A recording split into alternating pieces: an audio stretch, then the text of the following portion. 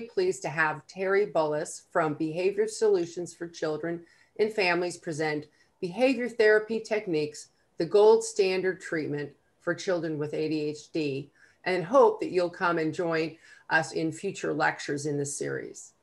Our chapter, CHAD of Northern Virginia and DC, is one of the many chapters in the CHAD National Organization, and as such, we align ourselves with that mission statement of improving the lives of those affected with ADHD.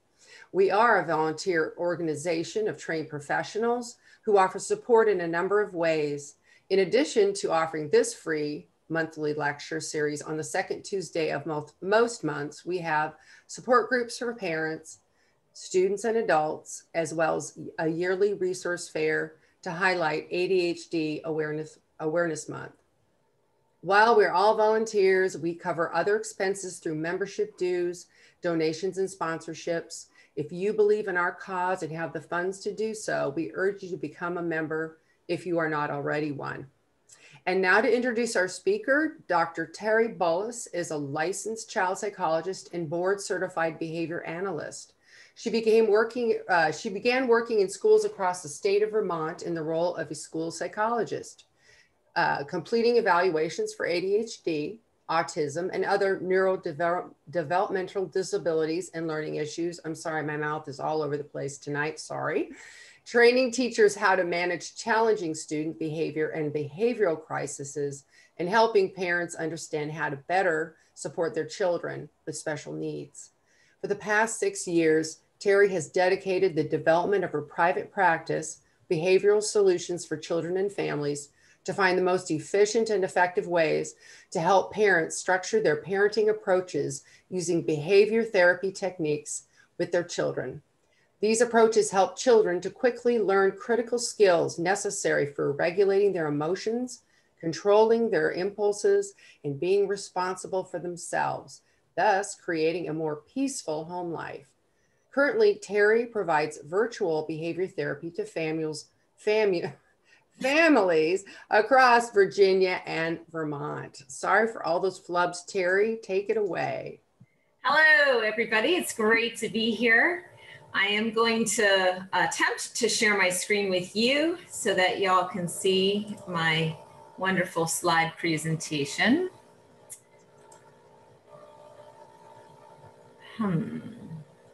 Actually, I think I want to do this one. So Pam, if you could speak up and let me know if this is showing up the way we want it to. How does it look? Absolutely fabulous. Wonderful, excellent. And oh, I noticed a typo already. So if you were expecting Teri Brooks, you got her, and my name Teri Brooks is on this slide, but my last name that I am transitioning to is Bullis, so perhaps I corrected it on the last slide. I guess we'll just have to see. It'll be a surprise. So you are seeing Dr. Teri Brooks. You're also seeing Dr. Teri Bullis. And as noted, my business is called Behavior Solutions for Children and Families. I practice here in Virginia, and I practice in Vermont as well, mainly doing virtual appointments right now, and I will be transitioning to an all virtual format. So I will continue to be able to see people in Vermont and Virginia for many years to come, I hope. So today we're talking about behavior therapy techniques, which are the gold standard treatment for children with ADHD. One of the reasons that we decided to put this lecture at this juncture in our lecture series is for those of you who attended last month's lecture with Elaine Taylor-Klaus. She was talking a lot about behavior therapy and about how this is the approach that you really want to seek out if you've got a kid with ADHD who's exhibiting some challenging behaviors and you need some help with that. Here's the thing about behavior therapy. So behavior therapy is not play therapy. It's not talk therapy. It's not insight-oriented therapy, and it's not cognitive behavior therapy, although that probably comes the closest to what behavior therapy is. Behavior therapy is generally not focused on the individual child. It is focused on parents, and there's a whole lot of reasons for that, and I'm going to go through all of those reasons. But I want you to understand what behavior therapy is first. Behavior therapy is based on the principles of behavior theory.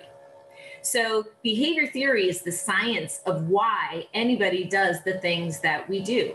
In other words, what we like to say in behavior theory and behavior therapy is, what is the function of the behavior? If we can understand the function of somebody's bad behavior, then we can do something to prevent that from happening in the future. All behavior is governed by, if you get rewarded or reinforced by things, you're going to do them more. If you get punished, and that's a behavioral term, it's not a parenting term. If you get punished, i.e. something bad happens that you don't like as the result of some behavior, you're going to be less likely to do that thing again in the future. Those are the basic principles that guide behavior theory and behavior therapy.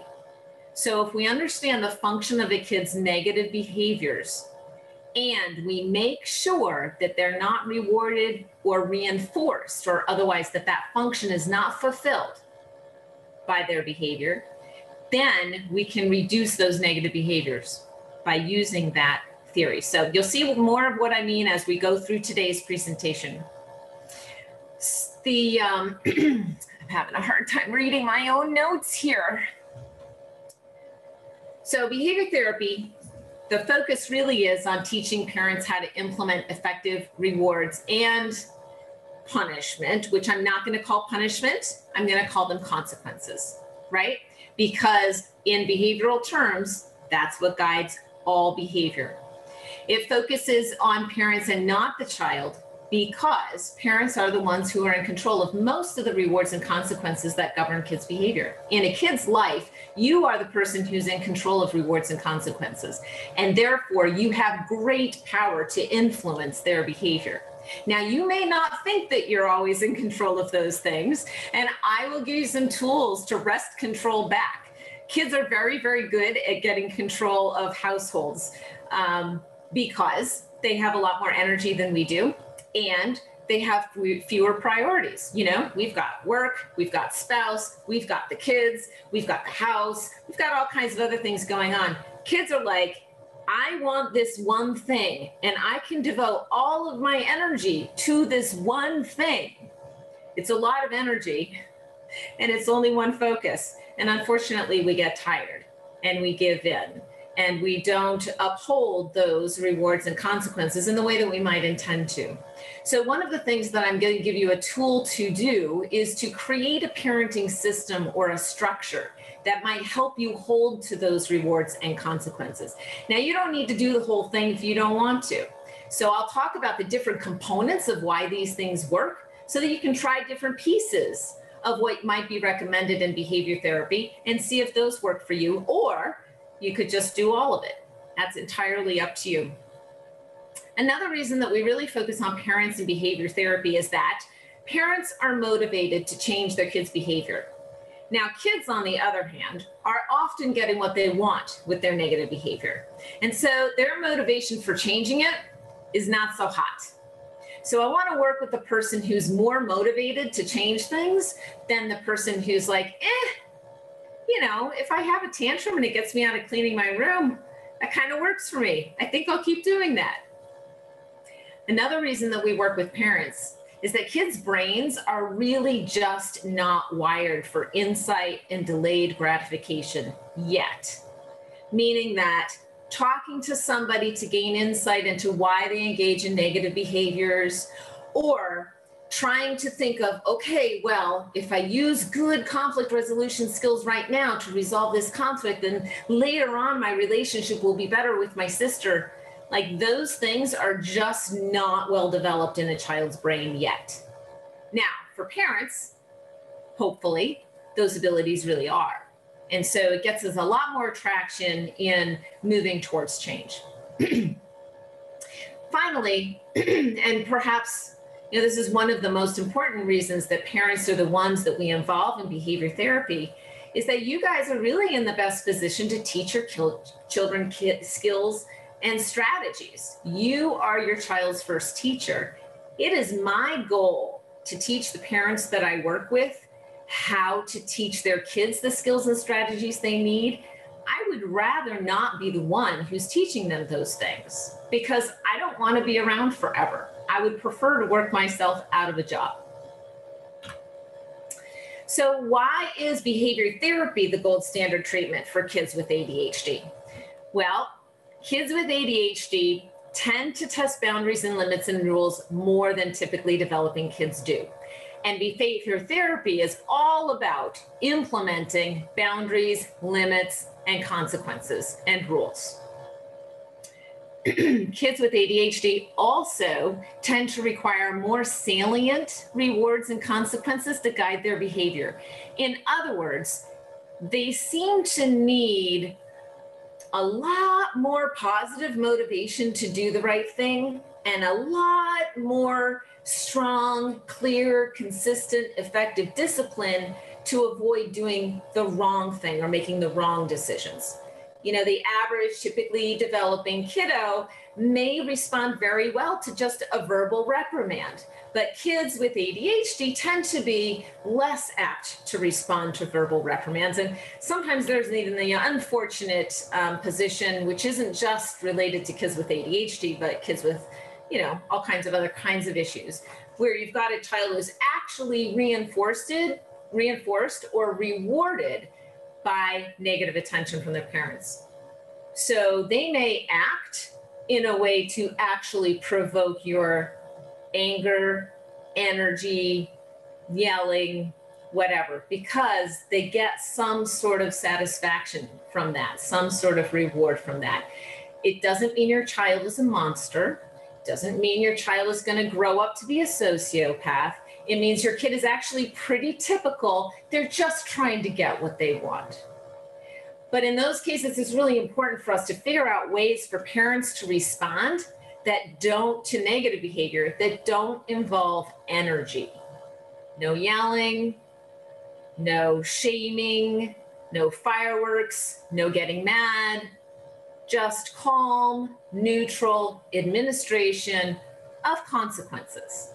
And then we can save that positive energy or energy in general, for positive reinforcement for the things that they're doing that are the right thing to do, the things that we want to encourage. Kids with ADHD also tend to be less mature than their same age peers. So, you know, most of us who have kids diagnosed with ADHD know that. We know to expect that our kid is going to be maybe 2/3 of the emotional age of their actual chronological age. And what that means, again, as I said before, we've got limited insight, limited delay of gratification in children anyway, because those capabilities develop later in the brain.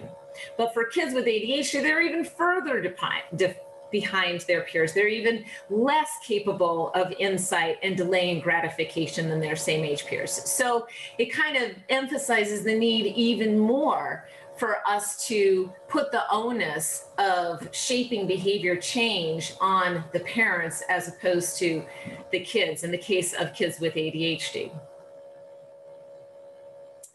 Additionally, when we've got kids with ADHD, kids can have, not all of them, because we've got kids with inattentive issues and they don't tend to have problems with impulse control, but kids with hyperactive impulsive ADHD or combined type ADHD generally have poor impulse control, which makes it really hard for them to stop themselves and make a good choice in the moment. It also means that they don't have time to stop and think about their behavior, even if they did have the capacity for insight and then to delay gratification. So the behavior therapy sort of approach is, well, let's put into place some immediate behavioral consequences for impulsive behavior, which will then help reduce impulsive behavior and increase sort of intentional, conscious, positive choices. And you may ask, like, well, how do we do that exactly? Because sort of by definition, impulse control problems mean that you don't have control, right? So how can kids gain control over their impulse control problems? The secret is to this concept of automaticity. So automaticity means that if you are reinforced for a particular behavior over and over again, you are likely to pair that behavior with positive results There's a part of your brain that makes that pairing. It's not here in the prefrontal cortex. It becomes an automated process.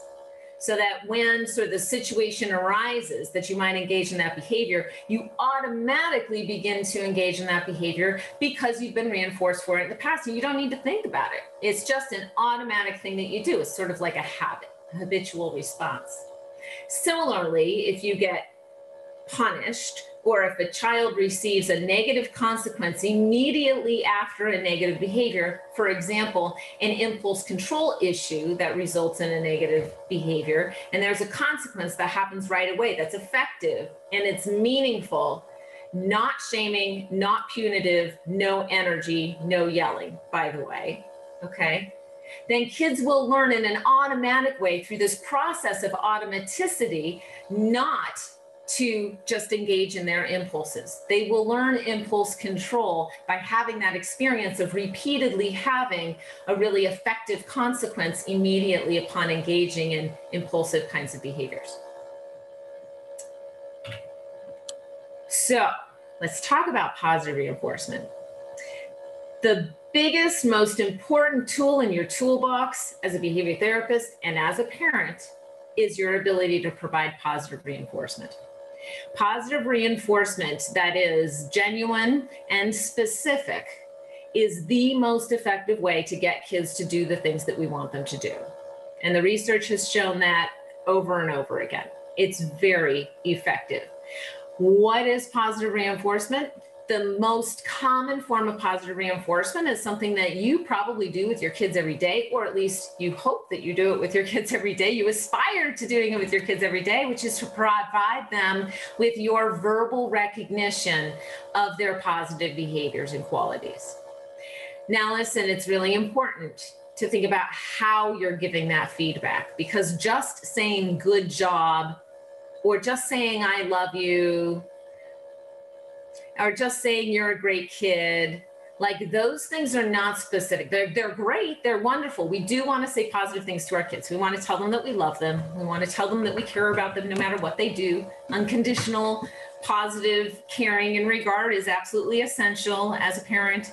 However, when we're talking about positive reinforcement and the power of that to shape behavior, we're talking about specific and genuine behavioral feedback on what kids have done. So instead of saying just good job, you should say something like, that was a really great job brushing your teeth without me having to remind you. That shows excellent responsibility or independence or whatever quality it is that you want to grow in your child.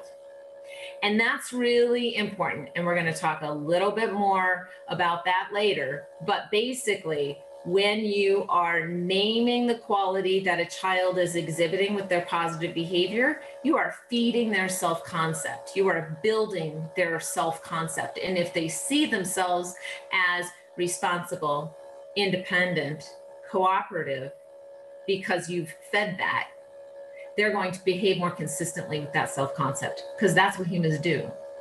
We behave consistently with the way that we see ourselves reflected in the other person's eyes and in the ways that we think about ourselves. So those things are very, very important.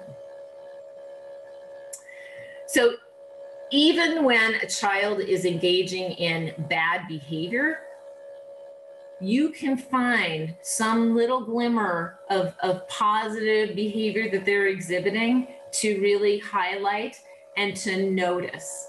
And by doing that, you can also increase positive behavior in managing difficult situations. So for example, if you say to a child who's really angry, I see that you're really angry, but you're trying to be respectful, and tell me why you're so frustrated. And that's really mature. Thank you. I appreciate you making that effort, right? And when you do that, you're letting the kid know that A, you're appreciating the effort, B, you're giving them positive reinforcement for that self-control, and C, you're building their self-concept. Oh, I'm mature. Oh, I can hold on to my feelings and discuss things and share my feelings, being respectful and not screaming and yelling and calling names or whatever else other strategies I might try. You can also provide positive reinforcement by giving your child the power to make some decisions and then commenting on those choices in a positive way. So, you know, give your child the ability to choose what they wear. And then you can say, I like the combination of clothes you picked out. It's really original. You're so creative. I love how you're not afraid to be yourself, or you're original, or whatever. Or you were responsible enough to put your own clothes on. Good for you, right? Because some kids like to make their parents do those tasks for them. So those are some ways that you can just easily, right now, probably tomorrow, but maybe tonight, start using some positive reinforcement. See what kind of a change you see in your kids, and try to remember that we're trying to take our energy away from the negative behaviors and tunneling it and channeling it towards giving positive reinforcement for positive behaviors, and trying to respond to those negative behaviors in a very calm, neutral way. Again, I'm going to give you some strategies for how to do that, but we're starting with positive reinforcement to increase positive behavior because it's the most effective way of doing that. All right, so let's talk about reward systems. So, and I'm going to take off my sweater because I'm getting quite warm in here. So reward systems, some people feel kind of negative about reward systems. They feel like they don't work for my kid. I've already tried them. They feel like I don't want to bribe my kid to do things that they should already be doing. But the reality is that if you are not seeing the kinds of positive behavior that you want from your child, it means that your kid is not getting enough positive reinforcement for those behaviors. And if you want to see those behaviors emerge, you're gonna have to do some better job providing positive reinforcement. And the answer to that might be a reward system. Another reason to try a reward system is that kids with ADHD in particular have a lot of difficulty getting motivated to do things that they're not terribly interested in doing. It's actually kind of like one of the defining features of ADHD. We've moved away from thinking about ADHD as, you know, this person really can't pay attention, to modifying that. Can't pay attention to things that they're not really interested in right now, or that they don't really care about. And what are those things? Those are the things that we as parents have trouble getting our kids to do. Homework, chores, self-care responsibilities, right? What else? When we pair rewards in a reward system with our positive praise, we increase the value of our positive praise. So if you're one of those parents who you would say to me, you know what, weirdly, my kid does not appreciate positive praise, I would say to you, aha, well, then we're going to need to find some other way to incorporate positive reinforcement for the good things that they do, number one. And number two, you're going to pair that with your positive praise so that eventually over time, your positive praise does gain value, because that's important. We want kids to be motivated to make other people in their lives happy, you know, like bosses, for example, and romantic partners and friends. It's important for other people to be appreciative of what you do, and it's important for you to care about what they think if you want to be successful in today's social world. Additionally, when we pair rewards with behavior-specific praise that notes that quality or that characteristic that the behavior is sort of exemplifying, I talked about this a little bit earlier, we are building self-concept. And like I said earlier, self-concept gets translated into behavior that's consistent with that self-concept. So if you're noticing that your kid is responsible and they see themselves as being responsible, they are going to behave more responsibly. If you notice what great self-control a kid has, so you know your child is really upset about something and uses some skills that you've been trying to teach them to calm themselves down, and you say, wow, you did such a good job calming yourself down when you're upset. That shows really good self-control. And your child thinks, oh, I have self-control even when I'm upset. And then next time they will exhibit more self-control when they are upset. Now, it may not happen quite that quickly, but over time, it's pretty powerful. All right, so if you want to do a reward system, how do you do one that will work? As I said before, there are many parents who have told me that they've tried reward systems and reward systems haven't worked. There are some tricks to doing reward systems correctly. The first thing you need to do is to think about the positive behaviors that you want to reward. Don't try to reward the absence of negative behavior. That's just a really bad idea. We want to increase replacement behaviors. We want to increase skills. We want to increase positive behaviors. And like I said earlier, positive reinforcement for behavior is the best way to get to behavior change. So let's use that knowledge and let's build on that. Instead of saying, I'm going to give you 3 cookies if you can go for a half hour without fighting with your brother, you might say, listen, I'll give you 3 cookies if you guys can get along cooperatively for a half hour. It doesn't seem like there's a big difference there, but there really is. One of them emphasizes cooperating and getting along. The other emphasizes ignoring and resisting getting into a fight for the sake of getting a reward. I don't know. I mean, I kind of really would rather see my kid trying to cooperate and get along than the other, even if they're just flip sides of the same coin.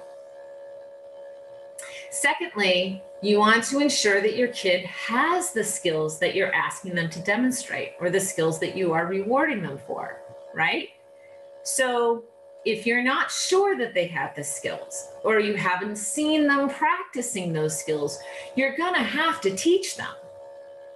And you're also going to have to define very carefully and very clearly, very specifically, what are the things that they need to do in order to get this reward that you're going to offer to them, okay? So that means, for example, if you are telling them you'll give them a reward for cleaning their room, well, they need to know what that looks like. You may need to clean their room one time with them to sort of demonstrate them. You may want to write it down. You may want to take pictures of various places in their room that show how things should be put away and how things should look after the room is clean. You may have specific things that say, no clothes on the floor, no Legos on the floor, because they really suck when you step on them. They hurt, right? But you want to be very, very specific about any of the things that you're rewarding your child for and what it looks like. Make sure that they know how to do it. Practice with them if you need to. Take pictures and create a little poster about it. So there's never going to be a question about whether they knew what those expectations were or not. This is one of the ways that reward systems fail, because kids think that they met the expectation, and then you say, you know, you got a few Legos over there, you got some stuff stuffed under your bed. That's not a clean room. And kids are like, and deflated. They feel like they accomplished something, but they didn't. That doesn't feel good. That's not positive reinforcement. So let's avoid that by setting up the expectations very clearly in the beginning. If you're asking them to do well in school, what does that mean? Does that mean you just need to have no missing assignments? Does it mean that I need to have a report from your teacher every day back that says that you had a good day or a so-so day? Does it mean that all of your grades need to be a B or better? Or maybe it's a B or better in the honors classes and an A in all of your other classes, in your gen ed classes. Whatever it is, you want to be super specific about what those criteria are, so everybody knows when they're met. Or what does being respectful look like? I mean, this is a really important one because you can't like write this one down. So you might need to do some role playing. You might need to have some conversations. When you're starting your reward system, you may want to take a little time, take a few days to teach them what respect looks like. Say, look, we're going to start this reward system. I'm going to give you rewards for being respectful when maybe you would otherwise not be respectful, like when I say no, or when I set a limit with you, or when I tell you to do something that you don't want to do. Give them a few days training time to say, okay, for that, I would give you a point. For that, you know, that is not respectable. You'd have to try harder to get a point for that one.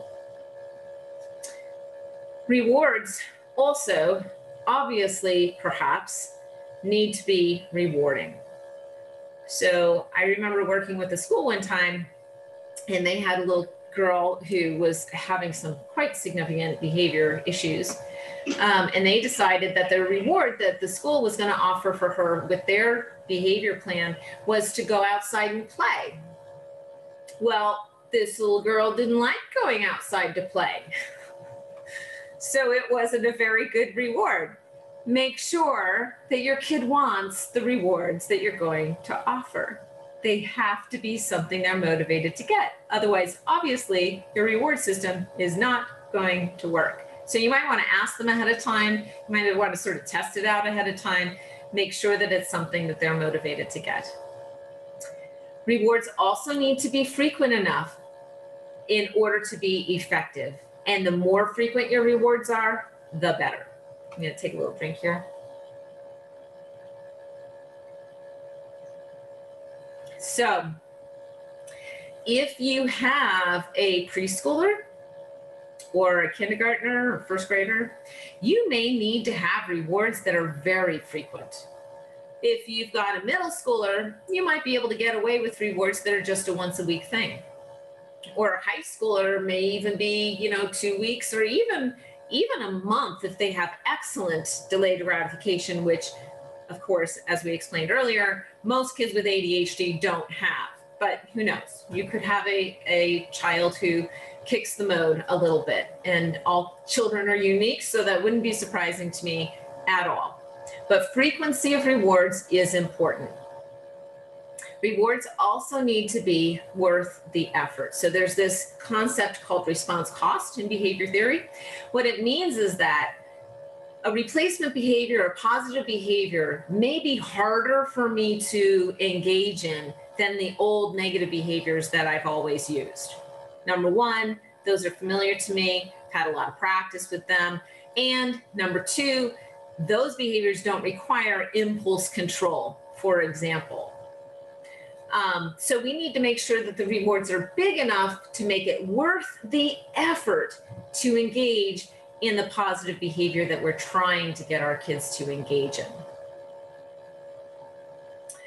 Rewards are always better when they're tangible and visible. So I've had lots of families who really would prefer to keep their point systems or their rewards on a spreadsheet. And that doesn't work. It doesn't work because when kids can't see it, it sort of fades into the background. They kind of forget about it. Tangible, visible points, like in a points jar. By the way, as long as we're on points. So these points are a nice size. They're just these beads here. So if you put them in the jar, they kind of accumulate so that you can see you have a bunch of them, or you can see you have only a few of them. So when a kid, if you're doing a points system, which you don't have to do, you could do like a reward system where when they engage in the behavior, they get the reward itself immediately. A points system is called the secondary reward system. In any case, a reward like this, you could give it to them, this point, that's going to be then worth something that they can trade in for. You give this to them, you hand it to them, they can feel it, they can touch it, they can look in their jar, they can shake it, they can hear it when you drop it in the jar, they can pour them out and count them even several times a day, which is awesome, and good math skills, by the way. Always better to have tangible, visible rewards. Don't try spreadsheets. There are also apps that you can use to keep track of points. I generally don't recommend those unless you have teenagers they look at a jar and they're like, that's so stupid. Don't treat me like a baby, right? Then you're like, okay, fine. I'll use an app. I have never used this app, but I've seen it on one of my clients' phones because they had an iPhone, which I don't have. I'm so sorry, world, that I have not joined the iPhone revolution, but I'm very happy with my phone. It's called Privilege Points. So if you're interested in doing kind of an overall whole hog reward system with points, you can check that out. If you have teenagers who would respond better to an electronic form of tracking points, it's pretty cool. And I think that it does basically most of the things that I would want it to do. All right, so when we're talking about rewards or points, you want to give those things as immediately as possible. So when the behavior happens, you want to be giving that reward right away, if possible. The closer in time that it is to the behavior, the more effective it's going to be. And that's whether we're talking a whole hog point system or we're talking like an individual reward for you pooped in the potty, here's a little piece of candy, good for you. Right? Good job taking care of yourself and taking care of, you know, being respectful of me by pooping in the potty and not making me clean your diaper. Right? Parental follow through with reward systems I probably don't need to say this is important, but it is absolutely crucial. So I've had parents who have implemented reward systems and have not actually had the rewards on hand. And then their child earns the reward, but the reward isn't available. And now they have to wait until the parent goes and gets the reward so they can give that to them. That is an appalling situation. Don't do that. That's bad. That shows your kid that you're not prepared. You don't follow through. This whole reward thing was a sham to begin with because you never had the rewards in hand. Just try to avoid doing that because you're going to shoot yourself in the foot really fast. Make sure also that you understand anything in a reward system, not anything. When you're using rewards for behavior, the choice to engage in the behavior is your child's choice. So the correct attitude for you to have is, it would be nice if you engaged in this behavior, but the choice is yours. You can either earn the reward or not. But I'm not going to get very heated about it. I'm not going to get really invested in it. I'm going to let you make the choice to either do this thing and get the reward for it or not. I think we had a speaker a few months ago who was talking a lot about that, and I'm forgetting his name right now. He was absolutely brilliant. And he was talking about the importance of giving kids choice and giving them control, allowing them to make decisions and act in ways that influence, you know, their lives. And a reward system is exactly that. They have the choice to engage in the behavior. We can't force a kid to do anything. You can't force your child to poop in the potty, and you can't force your teenager to do his homework. All you can do is provide some sort of reinforcement when they do that. And you can provide consequence when they don't follow through with must-dos. And we're certainly going to talk about consequences a little bit later, because that is absolutely under the purview of behavior therapy as well. All right, so one of the questions that you do need to ask when you're thinking about reward systems is, am I going to do a reward system for just one behavior? So that's going to be a much smaller affair. It's going to be quite a bit easier to do because you're only going to focus on that one behavior, and you will give a reward or a point towards a later reward every single time they engage in that behavior.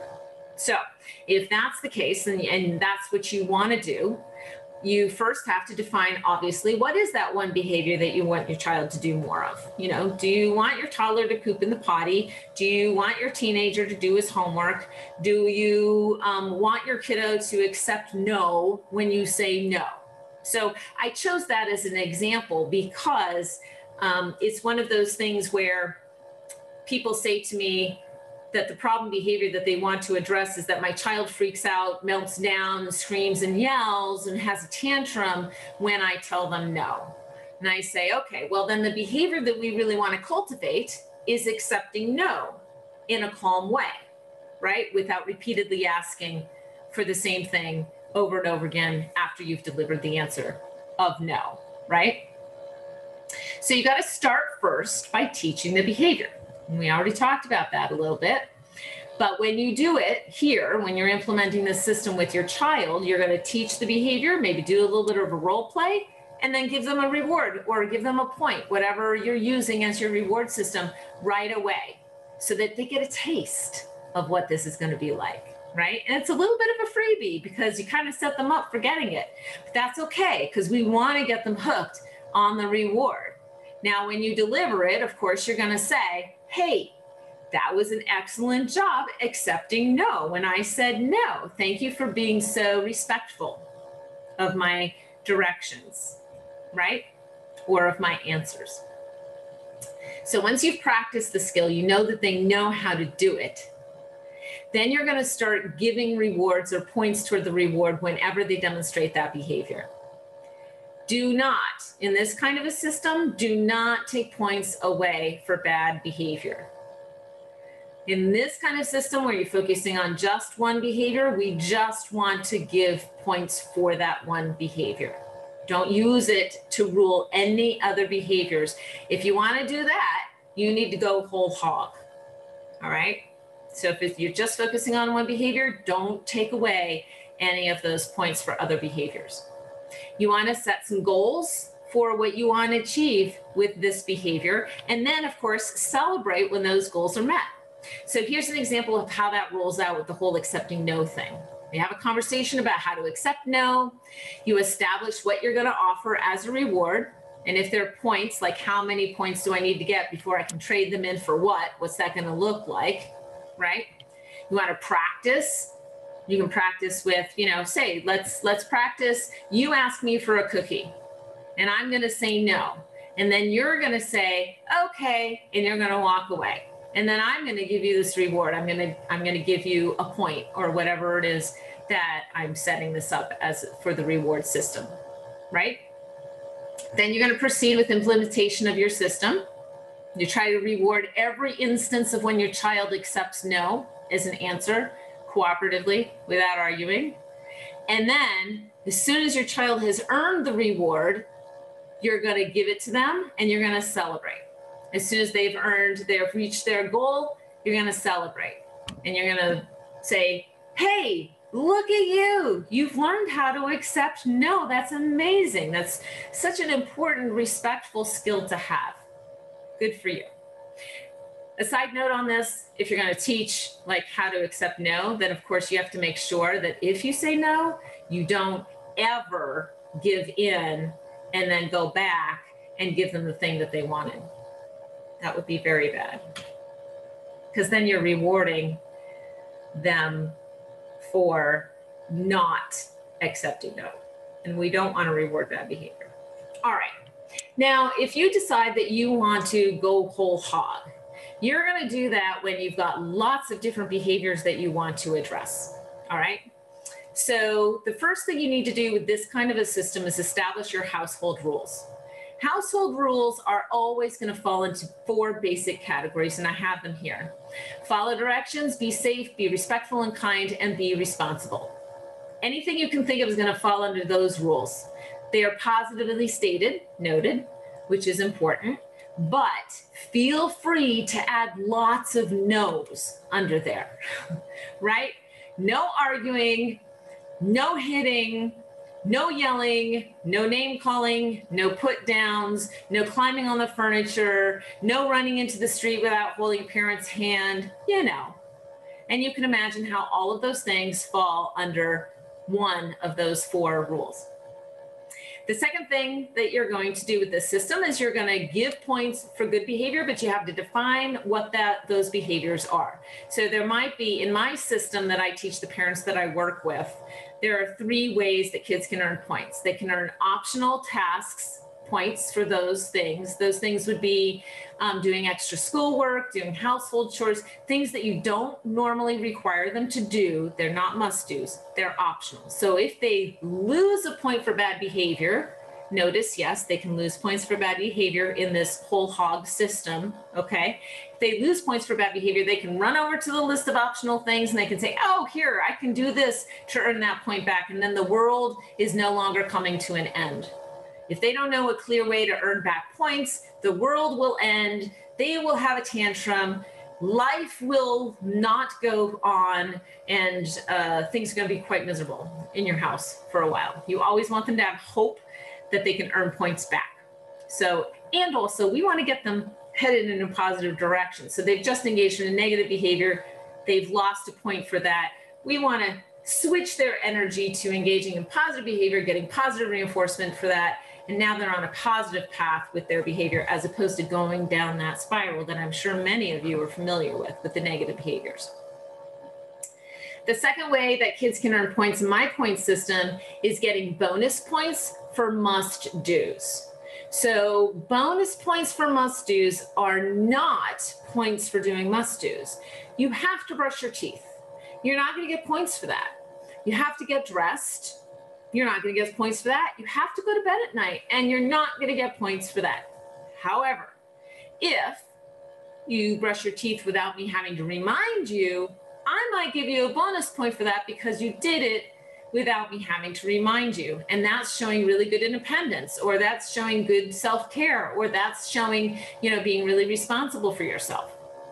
Or I might give you points for getting ready for bed in 10 minutes because you're the kind of kid who, when I tell you it's time for bed, you kind of go like this, and you might start headed up to your room, but then you find your favorite toys on the stairs, and you might stop and play with them for a while. And if you make it to your room, you may notice that Lego project you were working on, and you might start playing with that, and it just takes forever. And you, as the parent, have to remind them again and again and again to do what they need to do to get ready for bed. So you can simply say, okay, you got to brush your teeth, put your PJs on and hop in bed. I'm going to set the timer for 10 minutes. If you can do those things and you're in bed in 10 minutes when the timer goes off, I will give you points for that. It's awesome. You can also give points that are discretionary points. So this is the third category. Discretionary points are points for behaviors that require a parent's judgment to determine if the kid earned the point or not. So notice that with optional tasks, if they did them, they get points. If they didn't, they don't, right? It's an either or situation. It's very clear. For bonus points for must-dos, you either do it within 10 minutes, you either do it without a reminder, or you don't. It's very clear whether you got a point or not. Discretionary points are things like you got along with your brother, you followed my directions the first time without arguing, you accepted an answer of no, you calmed yourself down when you were upset. All of those things require a parent's judgment to determine if a point is earned. So this special category of points, I always advise parents to be very careful with their kids and to say, look, I might give you points for these things, but you may not ask for points for these things. Because if they know or they think that they can ask for points for those kinds of things, they will be hounding you for points. And in fact, with some kids, we have to say, look, if you ask for one of those points, I'm actually going to take one away. So be careful. Don't ask for just discretionary points. You can ask for optional points all you want. You can ask for a must-do bonus point if you earned it, all you want, because that's clear, but not the discretionary points. All right, so with a whole hog point system, I really do recommend considering a response cost system, which means that I'm going to take away a point when you engage in negative or bad behavior, okay? Anything that violates those rules that you established as your household rules. The reason why I do this is, number one, it's effective. Kids don't like to lose points. Number two, you can do it without any energy. So you don't need to yell, you don't need to lecture, you don't need to get mad. You just say, oh, that was disrespectful. You just lost a point. fun, right? It's glorious. I would pair this with 1, 2, 3 magic, which is essentially, I'm going to ask you 2 times to do something. In fact, I'm not going to ask you, I'm going to tell you. That's really important to be careful with your language. So I'm going to say, okay, time to brush your teeth. You walk away, you come back, they have not brushed their teeth, or let's say they have, and you say, hey, thanks for brushing your teeth the first time I asked. You might even say, yeah, I'm going to give you a point for that, if you're giving points for that. If you come back and they haven't brushed their teeth, now you have to be prepared to follow through. Now, I'm saying this because we all get trapped in this cycle of endlessly reminding our kids time after time, brush your teeth. Come on now, you have to brush your teeth. Stop playing with your Legos, brush your teeth, right? And then we get mad, and then we start to yell, and that does not feel good to us, and it doesn't feel good to our kids, and it's actually not great parenting, even though all of us have been there. So don't feel too guilty about it, but you might resolve to do something a little bit different. And what would that different thing look like? The second time you come back and you say, hey, you need to brush your teeth right now. I'm going to count to 3. If I get to 3 and you haven't started going towards the bathroom to brush your teeth, you lose a point. 1, 2, 3. So a whole hog parenting system becomes the system by which you do all of your parenting, the positive stuff, and it gives you a built-in structure for providing positive reinforcement. One of the reasons that I love it, builds positive self-concept, that it also gives you a very easy way to give consequences for low-level behaviors so that you don't have to nag, lecture, yell, get mad. All right, so when you're doing this kind of a system, you might want to consider establishing base points and base privileges. That's a little bit of an in-depth conversation, so I'm not going to be able to get in too much detail here. But basically, in my point system, I have parents establish base points, which are one color. So if one color is green, if that's your spendable points that you get to spend for rewards, your base points might be blue. They're a different color. And you get 10 of them, and they're not spendable. It's like a level system. You have to have all 10 in order to have your base privileges. What are base privileges? Base privileges might be like a half hour of free screen time per day at the end of the school day. Now, kids are on screens all day long, many kids right now, so all the screen stuff gets a little bit more complicated than it usually is, but most parents still want to have screen limits, particularly at the end of the school day. So you might say, okay, half hour of free screen time at the end of the school day is what you get for maintaining your 10 best base points. But if I have to dip into your 10 base points because I've taken away all of your green spendable points for bad behavior, if you don't have your base 10, you don't get your base privileges, which is that free half hour of screen time. That might also include playing with friends in the neighborhood, as long as you have a child who is very social and you're not really worried about their social development. And it's okay with you to say, look, if you don't have your base 10, you can't have kids coming over and you can't go over to other kids' houses. Now, when kids have earned enough points, they get to turn them in for rewards. And again, remember, we want them to be able to turn in for rewards pretty quickly. On a daily basis is preferred. We want them to be spending several points every day. So you're going to have some things that only cost 1 point. So for example, in the systems that I tend to set up with my parents, video game time, that might be 1 point equals 15 minutes. Extra screen time of any other sort, 1 point equals 15 minutes. Money, 25 cents or 50 cents for a point.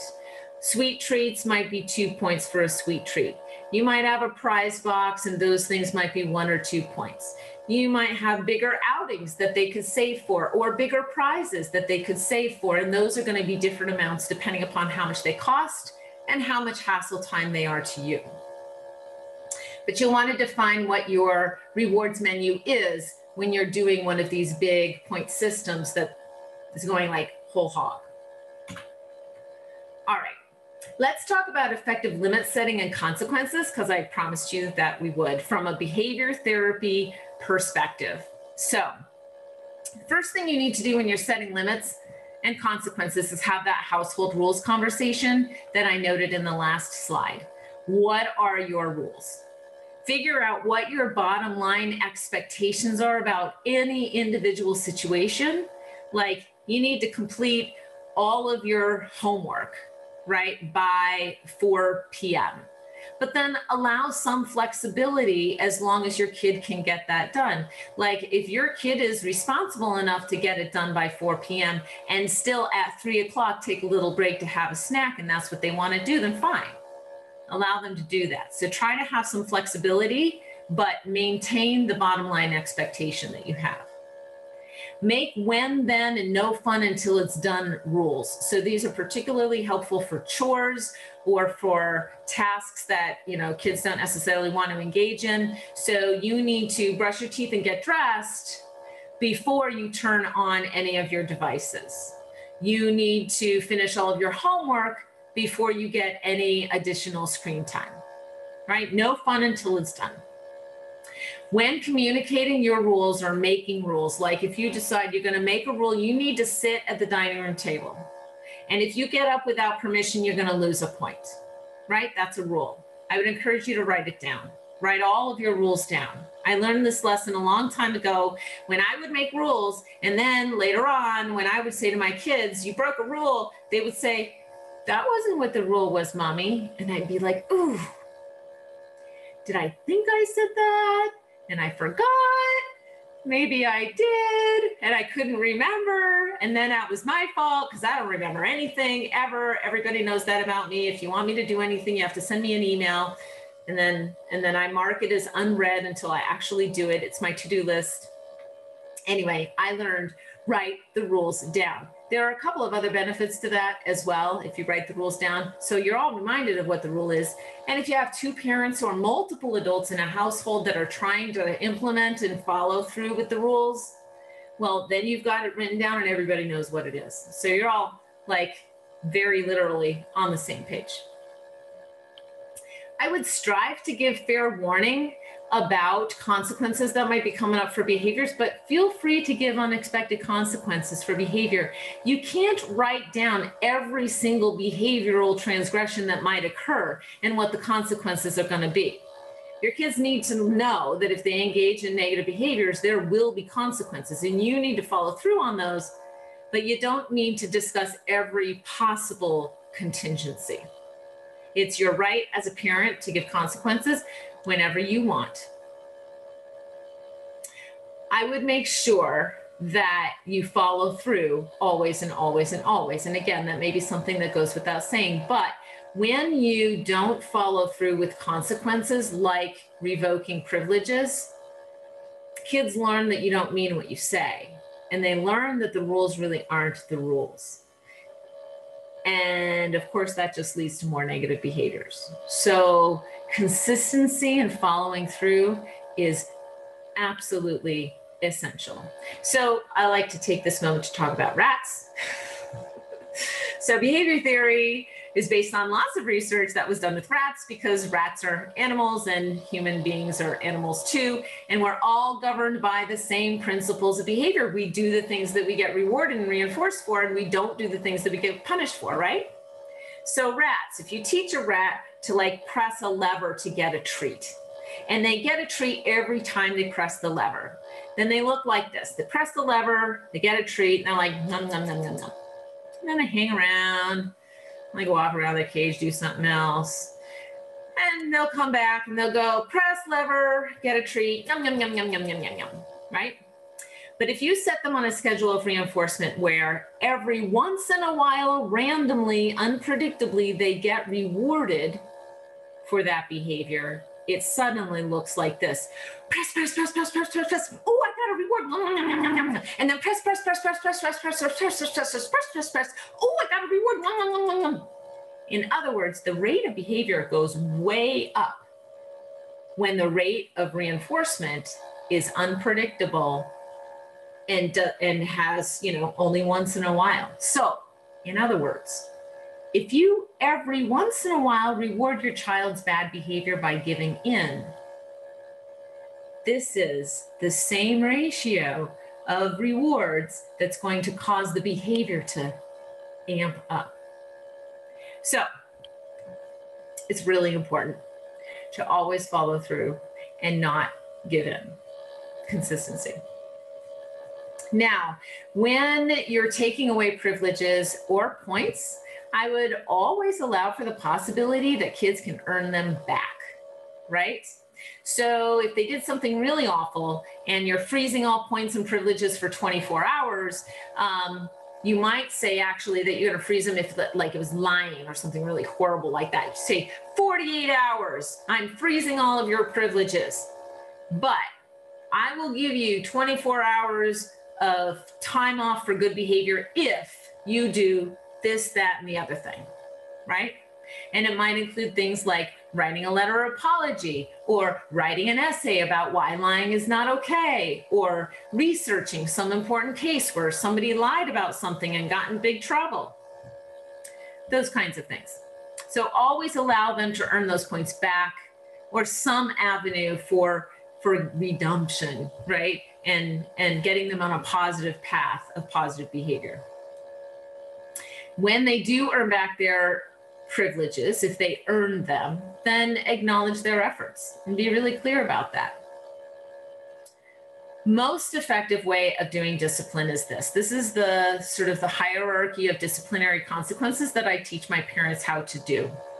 So first, for low-level negative behaviors, take away a point. That's only if you're doing a whole hog point system.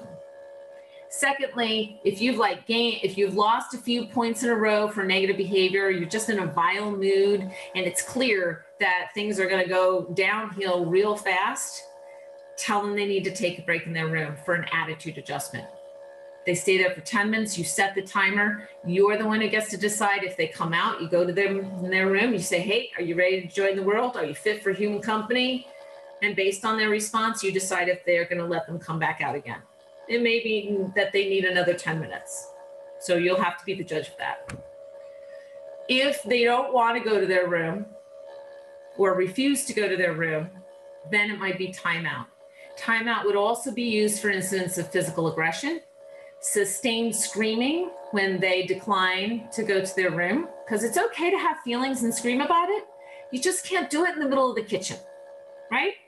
So if you're having a moment, a meltdown or whatever, and you're not willing to accept my help with this, then you need to go to your room, remove yourself to a place that's appropriate for you to do your yelling and screaming thing until you're ready to come back into the household, right? Timeout. My rules about timeout are very stringent and very clear. Your butt needs to be in the seat. Your voice needs to be off. If you get up or if you talk, the time starts all over again. But the good thing is the time isn't that long. It's not 1 minute for every year of a child's age necessarily. So kids with ADHD have a hard time sitting still, have a hard time staying quiet. So you're going to set their timeout length to be what's appropriate for them. You might have a 5-year-old who can only do a 30-second timeout. That's okay as long as it's effective. But you don't want to stretch it out too long to something that they can't tolerate and they just can't physically manage because of their ADHD symptoms. But timeout is incredibly effective. So the second most important thing I would want people to take away from this talk is that timeout can teach your child to calm him or herself down. And it's miraculous. Now, parents don't believe me when I tell them that.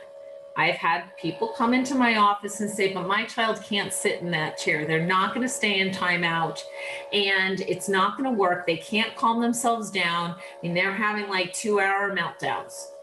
I'm like, try it. You got to trust me here. Now, there is a big problem with timeout with kids who won't stay in the chair. And then parents need to make a decision about that. Do you want to put them back in the chair every time they get up? Do you want them to have some other disciplinary consequence for refusing to take a timeout? Or do you want to hold them in the chair? And that's going to depend on your child. It's going to depend on you and your comfort with that. It's going to depend on how old your child is, because that sometimes will dictate how comfortable you feel, or whether you're capable of holding your child in the chair, if that makes sense. Now, when I say holding your child in that chair, I am not saying at all that this is a punitive, horrible, restraining your child situation, okay? We need to make sure that it doesn't devolve into something like that, unless that's where you think you need to go with your child and you've got a professional who's guiding you with that. All right, so don't mistake me in saying that that's what you need to do. Timeout can be a tricky thing to implement with kids who have a well-established pattern of really severe meltdown behavior, and a professional is best to help you, to help guide you with that. Now, if for the worst case behaviors, lots of physical aggression, maybe lying, like horrible stuff, you're going to do maybe timeout plus freezing points and base privileges for 24 hours, like the whole kit and caboodle. So that's the hierarchy of disciplinary consequences that I recommend to my families. Now, behavioral skills learning or behavioral skills training is the final piece here. You've got positive reinforcement systems set up now if you're going a whole hog system, or at least you know how to do positive reinforcement. If you're not, you've got disciplinary consequences that are effective. And now let's ask the question, does your kid need to learn some additional skills? Most of the time, if you're going with a whole hog point system, it teaches these skills that are on your screen right now, just inherently within the structure of the point system. So those would include things like executive function skills, how to move through your daily routine within a time frame, talked about that, or remembering to do all of your homework on your own in order to get your base privileges, like in order to get your screen time, we talked about that. Emotional regulation skills, how to calm yourself down, taking a break in your room or taking a timeout. Independence and self-care skills, right? So following basic household rules about cleaning up after yourself and getting points for doing that, or losing points if you don't do that, don't follow those rules, or remembering to brush your teeth without needing a reminder to do so. So all of those things can be taught within one of those whole hog point systems, but also those skills can be reinforced if you're just using your positive verbal praise too. You don't need a whole hog point system to do that. But sometimes kids do need behavioral skills training. They need specific lessons to learn specific skills. So some of those things might be calming down, pooping in the potty, or learning that I'll get a prize for pooping in the potty, right? Solving a problem with my sibling instead of tattling, or when and where we need to wear masks, or how to independently complete my morning routine and what's involved in my morning routine. So when we get to this, behavioral skills training is a concept within behavior theory about how to teach skills. So it's based on how we learn best, and what are the ways we can teach our kids to learn how to do these things. So I call this explicit social skills instruction, but there are lots of different ways that you will find this. If you know about social stories, a social story is an example of one of those social skills lessons. So basically, you need to identify the behavior that you want to teach. You need to teach that lesson in a way that's visual, that creates a permanent record. So like a social story is a story about calming down. I love my mommy and my daddy and my friends. Sometimes I get mad. When I get mad, I yell at people and I might throw things. When I yell at people and throw things, people get sad or mad or hurt, and then they don't want to play with me. I am going to practice how to calm down so that I don't yell and scream and throw things. Some calming down strategies that I can use are taking deep belly breaths, taking a break in my calming down spot, reading a calming down book, doing a calming activity. You get the idea. So the story is teaching the skills that you want the kid to learn. That's the social story sort of format, but you can do it with cartoons or pictures. You can do a task list, which is particularly helpful for routines that kids have a hard time getting through. You know, your morning routine, you have to make your bed, put on your PJs, go potty, brush your teeth, probably get dressed if I didn't say that already, and come down to the dinner table or the breakfast table. So that's a lot for a kid to remember, but you put it on a task list. Ooh, I had a parent who did this. She put the morning routine, and she did this for the afternoon and the evening as well, on a laminated card. And she punched 2 holes in it, and then she put a string between those 2 holes and put it over her kid's head when she woke him up in the morning. She's like, here's your morning routine, and it had little boxes on it so that he could take a dry erase marker and check off each of the things that he did. And he loved doing that, by the way. So he would do each of the things on his routine, and he had this visual reminder that went with him throughout his morning so he wouldn't forget. Then he could hand in that card with all the boxes checked, and he would get points for that. So you might have to write a social story that explains how that whole thing works with your kid so that they understand. So once you've created that sort of permanent record of the lesson, then you got to practice it. You got to figure out how you're going to prompt your kid to engage in those skills. What's the prompt that the adult is going to use? I'm going to use a hand signal to teach you not to interrupt. It's going to look like this. When I go like this, it means stop interrupting. If you can stop interrupting when I go like this, you can get a point. If you still talk to me after I go like this, I'm going to take a point. You have to explain these things, but you got to do it in a way that the kid is going to absorb the lesson, which is why we're creating a permanent record about that. So that's going back to the skills teaching part of this. So anyway, you got a prompt, an adult prompt that goes along with this. You've got a reward for the kid when they engage in the skill. And then after a period of time, you want to review how they're doing, because maybe you're going to take this off the list of things that they get rewards for, and you're going to put something else in as they develop and as they grow and as they gain skills. All right, here's our last slide, and then I'm going to take questions, so get your questions ready. Here are some common issues that people have, and we've probably talked about these throughout the presentation, but I just want to review to make sure that if you've got some specific behavior issues, you now have some ideas about what behavior therapy would say about how you could address that. So, screen time. You got to have limits. If you want to have limits, if you want to enforce them and or use them as privileges, it's best to use a whole hog system to do that. So you have base points, base privileges would allow a certain amount of screen time for free, and then all of the rest of the screen time they would have to pay for with their points. So for example, I mean, they may be on screens all day for school. There's nothing you can do about that. Actually, there is something you could do about that.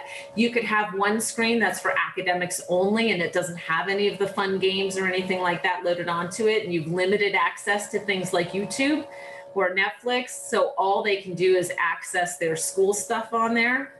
That's called the academic iPad or the academic device. You may have some educational games on there, and you could say, you can have access to this anytime you want, all during the school day and in the evenings if you want to. But your fun stuff, your fun screens, Netflix, the device that has Minecraft on it, for example, those are only available after the end of the school day. And you have to pay points in order to access time on those devices. That's only going to work if you have a whole hog points system. And you can do simpler versions of that without a point system, obviously. Homework completion, best recommendation for that is the no fun until it's done rule. So whatever they want to do in the evenings, they cannot do it until their homework is done. If you've got a whole hog system, you've got base privileges, your base privileges are not available until you've done your homework. Attitude. So this is a big problem. Lots of kids who are being disrespectful and rude. If you've got a whole hog point system, you can take 2 points for disrespectful behavior, and then you can offer a do-over. If you can say that in a polite, respectful way, I'll give you one of these points back. So it's brilliant in that it gives them practice. Now you can even coach them. You can say, this is how you could say that in a nice and respectful way. Do you want to give it a try? I'll give you a point back if you do that. And eventually it'll be worth it for them to ask for things in a respectful way instead of losing the 2 points and only getting 1 back for the do-over. Another way to adjust or deal with attitude is to send kids to their room for an attitude adjustment. You don't need a point system to do that. Now, tantrums, you can teach kids to take a break in their room. You can teach them calming down skills using a social story. You can create a calming down space for them to take a break in. And then once you've done all of those things, you can give them points for using those spaces instead of having a tantrum or a meltdown, right? If they refuse to take a break, then of course you can use timeout. And as I've already explained, I think, and I hope passionately, timeout can be incredibly effective at teaching kids to calm themselves down. They hate timeout because being bored for 2 minutes is like the worst punishment of all. And I love timeout because it's not punitive, it's not blaming, doesn't involve yelling or anybody getting mad, no lecturing, no shaming. And when it's done, it's done. You don't need to talk about past negative behaviors. Physical aggression, sustained screaming, refusal to do a must do, those are things that I might give time out for. And always, if you have a whole hog point system, you'd be losing points for those things too. Increasing independence, like, you know, brushing your teeth or getting dressed or any of those things are things you can do with the whole hog system. You can give bonus points for must do's, but also you can identify specific behaviors that you want to increase, just like one, and do a little mini reward system just for that one behavior. Don't forget to pair it with behavioral skills training so that your kid knows how to do the skill that you're expecting them to do. All right. So, oh, look, see, I did change my last name on this last slide. So I am Teri Bullis. If you see Brooks, that's me too. Here's my contact information. I don't tend to answer my phone because I'm usually seeing clients, and I also don't answer the phone if I don't know a phone number. So please email me if you need more information or whatever. And we still have time for questions. So we've got one of our board members here who's going to moderate those questions for me. And we have no questions at this point, Teri. If anybody wants to put questions in the chat, go ahead and do it now. And Teri would be happy to answer them. Teri, do you want to tell them about the handouts you're also giving to, because somebody said they love the point system? Awesome. Yes, I have a handout on the point system. I have a handout on timeout, and I have a handout on teaching explicit social skills lessons. So I will be sending all of those handouts along with the entire slideshow to the participants.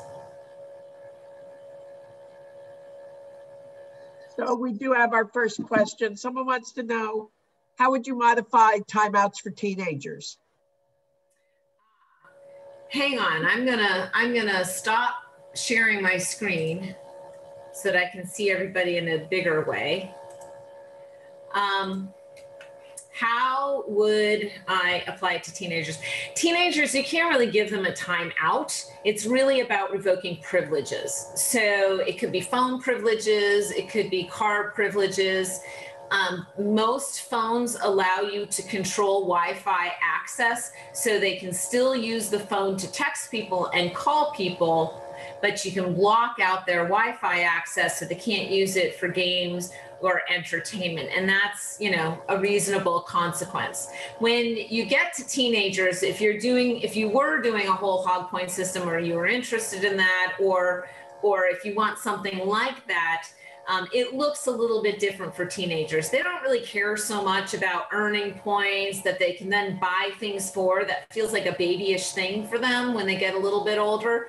But you can have like base point systems. So for example, when my daughter turned 16, she became, well, she was always a little challenging, but she became like a typical horrible teenage young woman, and she was just incredibly rude and disrespectful. And one day I just had it and I said, that's it, we're doing the point system again. So I rummaged around and I found 10 butterscotch candies, and I found a little jar and I put the candies in the jar. I said, okay, you've got 10 points. If you're disrespectful and rude, you're losing one of those points, which means you lose your phone privileges and you lose your driving privileges, and I'm not taking you anywhere, right? So you got to keep those 10 points in that jar. And if you lose one of those, you're going to have to do this or that or this or that to earn the points back up to your essentially a base 10 system. So you get your privileges, you have your privileges, or you don't based on your behavior. So that's kind of what things end up looking like for teenagers. You can also offer big rewards that may take some time for them to earn. They're okay with that. It just sort of depends on what they're motivated by. I would not give them money for grades, though. There's some good research and repeated research to show that that's a bad idea. It kind of diminishes their intrinsic motivation to do schoolwork. But you could give points for remembering to do your homework by yourself, with me not having to tell you, you know, getting all of your assignments in time, done in time, and not having missing assignments. So there are ways that you can reward qualities of that behavior, but it's like a must do. You know, you're not going to give points for the must do. You're going to give points for doing the must do in an exemplary way. So our next question is, what's the best way to deal with an escalating situation if taking away points or timeout can make things worse? That's when kids should go to their room. They need to cool down.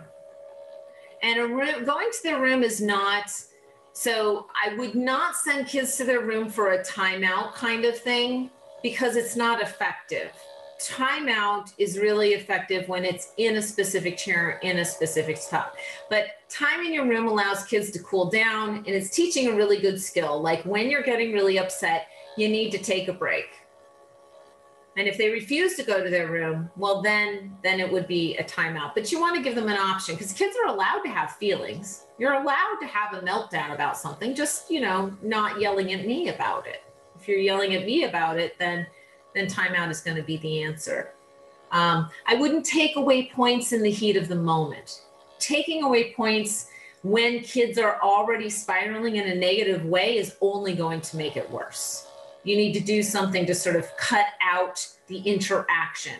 And timeout means you're not giving them your negative energy. If they're in their room, you're also not giving them your negative energy, and they're not having the opportunity to shout it out at you either. So I would save the consequence of how many points did you lose. I would save that conversation for after the whole thing is over and they've calmed down, and say, okay, you know, we have rules, and the consequences are that you're losing points. So this is the number of points that you've lost, and this is what you have to do. So the next question is from a parent who wants to know what you can do with children who hit and grab, particularly at their parents. That would be an immediate timeout in my world, because physical aggression is absolutely just not okay. And you can start that very, very early. And I think that it's an important lesson very, very early, because otherwise it just becomes worse over time. Although, you know, by adolescence, kids are generally not doing that. But quite frankly, the reason I got into doing this work is a story about a kid who was 15. Now, he had some developmental disabilities, but they weren't really severe. But he was 15, and I was sitting at a school meeting, because I was a school psychologist for 5 million years. And these parents were telling us how they were afraid of their son and had to spend the evening locked in their bedroom because he had taken a knife and he was threatening to kill them. And the therapist who was working with them said, well, you need to get down on this level and, like, you know, play hide and go seek with him and peekaboo. And I'm thinking, are you kidding me? No, this kid needed consequences for that behavior that were immediate and effective, non-shaming, no yelling, but really important, clear boundaries that physical aggression is not okay. And that should have been established back when he was 3 years old, but it hadn't been. Obviously, by the bad advice of this one therapist. And now these parents were in this really terrible, terrible situation. It's probably going to land their son in an in an even worse situation. It was just horrible. And I was like, that's it. I need to become a therapist in this community to help people understand how to manage these behaviors. So our next question is from the parent of a preschool son who struggles with ADHD, also speech and developmental issues. He's wondering what you would recommend for dealing with tantrums when words are a struggle.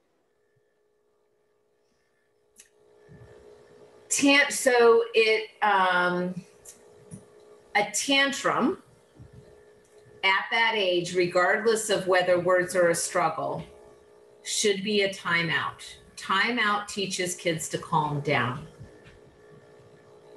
Now, you may along the way want to teach strategies of, taking some deep belly breaths to calm down, that sort of thing. But you can't use words. Not just because your kid may have some developmental disabilities, but also because when kids are in the throes of a crisis and a meltdown, they really can't understand the words that we're saying. And so for a child of that age, for meltdown situations, timeout and modeling with them, taking deep breaths. And few words. Right? You're okay. Let's take a deep breath. So, right? And just be calm and not engage until he calms down too. And then you can say, okay, if you want to talk about the problem, we can talk about the problem. But we can't be doing it when you're throwing things and you're kicking and you're screaming and whatever. You can't solve problems when you're doing that. And we just have to calm down first. So your next question is from a parent of a 6-year-old who does bedtime routines well, but then gets out of bed, plays, yells, kicks the wall, bothers his brother as soon as the lights are out. Uh-huh. So bedtime routines can be really sticky. I would do a reward system. If that's the only behavior that's of concern, I would do a reward system specific to that. But also, you need consequences for the negative behavior. Here's the thing. Getting out of bed at night and running around and causing a ruckus and waking other people up and getting people, mad is really fun and is very entertaining. Whereas laying in bed trying to fall asleep is really boring. So you got to have an effective consequence there. And again, like going to bed and staying in your bed is a must do. That would be one of the few times when I would say I would do a timeout when the behavior really doesn't involve any kind of a physical aggression or sustained screaming. So there are some must do's that I would do a timeout for. That would be one of them. And a timeout at night, that's in the hallway. It's on the cold, hard floor. It's not fun. You got to make sure that it's not fun for them to do the thing that you don't want them to do. And that it's more pleasant to stay in your nice warm bed. And I'll give you a reward for that. So the next question is, do you ever increase points for consequences that occur repeatedly? Or would that be where the base 10 points come in? Not sure I understand that question all that well. So whoever asked that question, if you want to unmute yourself, or if we can, I don't know if we can do that. We only have a first name. Let me see. Can you read the question again for me, Kathy? Yes, the question says, do you ever increase points for consequences that occur repeatedly? Or would that be where the base 10 points come in? I'm going to see if I sort of answer this question. So when you're taking points away, you're always going to take the spendable points first. And once those are gone, then yes, you're going to dip into the base 10 points. One of the things you want to be careful about, though, is not to try not to take all points. And obviously, when you're in a spiral, after you've taken like 3 points in a row for negative behavior, that's a sign to you that things are not going to get better. They're going to get worse. And we don't want to escalate the situation. So I would stop taking away points at that juncture and either send the kid to their room or do a timeout, whichever seems most appropriate. So I wouldn't take increasing numbers of points. Once kids have lost all of their points, then the world has ended, and it can be very difficult to get them back on a positive note again. We want to try to avoid that as much as we can. Where she's going, Teri, is if the child keeps repeating it over and over and over and over, and we've been taking points for a while, do we increase the number of points when we're like, look, this is the 10th time we've done this? You might, yes. Okay. So you might increase the number of points that you take away for each incident of that negative behavior, but you also might need to escalate your consequence. So if it's in a situation like that would be another reason that you might employ the timeout, which, by the way, is hopefully people are getting the sense timeout really should be saved for the bigger deals. But if this is, like I think I had a kiddo who was using swear words. Now, a lot. And so we started by taking points away for their swear words, but that wasn't having an impact. So then we were like, that's it. We're going to do a timeout every single time you use this big, huge F word. And that was quite effective. So the next question is, can you please explain the difference between LD and ADHD? So LD, those are learning disabilities. Learning disabilities are typically defined by a school system when you've got a kiddo whose academic ability in any one area, reading, writing, or math, is not meeting the predicted score that they would get based on their cognitive abilities. In other words, their cognitive abilities are up here and their academic performance in any one of those academic areas is down here. So that's a learning disability. ADHD is attention deficit hyperactivity disorder. By the way, it's the same thing as ADD, but there are basically 3 types. You can have an inattentive type, you can have a hyperactive impulsive type, or you can have a combined type. The official name for it is ADHD, but lots of people just call it ADD.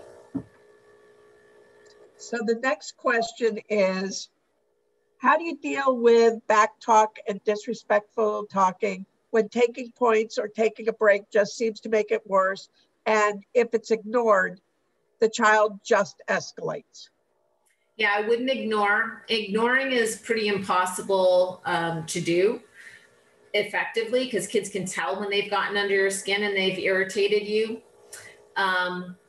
If you've got an effective points system and the kid cares about their points and they care about losing points, then that will be an effective consequence. If it's not, then you should probably go back to your point system and look at the rewards that you're offering and ensure that everything is being implemented with fidelity. Make sure that the rewards are rewarding. Make sure that they're being offered often enough. Remember, if you're doing a point system, we want kids spending points pretty much every day, a few points every day. So if that's not happening, that could be part of the problem. So I'd go back and I'd review the efficacy of the point system and whether you're meeting the principles that I talked about earlier. If that's not effective, you may need to increase the consequences. You may need to do more behavioral skills teaching. You may need to do that thing that I talked about, like the do-over, which is you lose 2 points for disrespectful behavior, but you can earn 1 back for a do-over. And over time, kids will learn that if I just engage in the respectful language first, and you're giving points for that, like you'll take 2, give 1 back for a do-over, but if they're respectful in the first place, you might even give 2 points for that. Like make the reward more powerful for the behavior that you want to see. So your next question is, how do you manage if one of the children in the house is ADHD and really could use a point system, but the siblings are neurotypical and do not? I would do the point system for everybody, because even if you just do it for the kid who seems to need it, first of all, that doesn't feel good because you're targeting that kid. But second of all, the other kids are going to want to do it. Kids really love point systems. They're like, I want one too, because I want to earn those things that I can get with the point system. So I would always do it for all of the kids. And we can always find things that kids need to work on, even if they're neurotypical. So you've had lots of people, thank you. Somebody asked if we're going to be sharing the audio of this, and we've recorded it. How do you get an uncooperative child to go to timeout if they physically refuse? Well, you have a couple of choices there. So one of them is that you could physically escort them to the timeout spot. If you're not sure how to do that safely, you should get a professional to give you some advice about that. And some professionals will have that advice to give and others won't. I did restraint training across the state of Vermont as a school psychologist for many, many years. So I'm well versed in those kinds of strategies, but again, there are a lot of people who aren't. But we physically help our kids do the things that they need to do all the time. So putting a hand on their shoulder or putting your hand on their arms and kind of leading them to the timeout space is generally something that most parents have some experience having done in some way, shape, or form. Maybe not to the timeout chair, but just having to guide your child, because kids need physical guidance sometimes. So that's one option. Another option is if they refuse to go to the timeout chair, then you just have, you freeze all privileges and fun stuff until they're willing to take their time out. If that's what you would prefer to do, because you want to have a more hands-off kind of style with your kid, then you can do that too. So the parent who had the question that we were discerning on points has said what she meant was, do you ever increase negative points if somebody just keeps repeating the same negative behavior? Do you ever increase the amount of points that you take away, I guess would be the question, right? Yes, she says negative points, so I'm not sure. Right. So if you're taking away points, yes, you might increase the number of points that you take away, but you might also make a privilege contingent on, good behavior. If you have not engaged in that behavior today, then you can have your screen time. But as soon as you engage in that behavior, your privileges are frozen. So you could do something like that too if the points are not working. So what do you do with a child who is trashing a room and is reinforced by other children leaving that room? So if they're trashing their room, they should be in timeout. That is not safe behavior. And timeout should not happen in a kid's room. Timeout has to be in a designated chair in a spot that an adult is supervising. So our final question, just looking at time and where we are. This is a 10-year-old with ADHD who's very sensitive and feels resentful that he gets quoted in trouble for something he can't control, such as losing privileges for shouting out answers or other impulsive behaviors. Mm-hmm. And he seems to go into a negative spiral once he loses some points and will lose motivation to try to achieve his other goals. So sometimes his mom feels that he's frustrated because he feels that he's set up to failure. And sometimes she feels that he's using ADHD as an excuse. So she's trying to figure out, is she overthinking this? What should she do? Well, if you have a point system already in place and you have a way for him to earn points back, then I would say that it sounds like you need to make it easier for him to earn those points back. If you don't have a point system in place, that would be a handy, easy way to address this issue, because when he loses a point for any given behavior, he then has a roadmap to earning those points back when you've got a point system the way that I've laid it out. So, and you want to make it achievable. You want to make it easy. You might even provide some guidance for him when he loses a point. Say, buddy, I know you didn't mean to do that. So what can let's help you. I'll help you choose something, or I'll help you do this to earn your point back. So if you feel like he really is feeling bad about himself because of things that he can't control, that would be a way of going about it. But knowing whether he can control it or not is kind of an important discernment, because if he's just using it as an excuse, that's a little bit of a different story. And we're going to, that needs to be eliminated as the language that he uses. And there might be some other skills teaching that you would need to do with him there. Some more impulse control teaching, for example, and practice sessions, for example. So other than a lot of thank yous, that's where we are for the evening. So excellent. Well, thank you all for joining us. And we can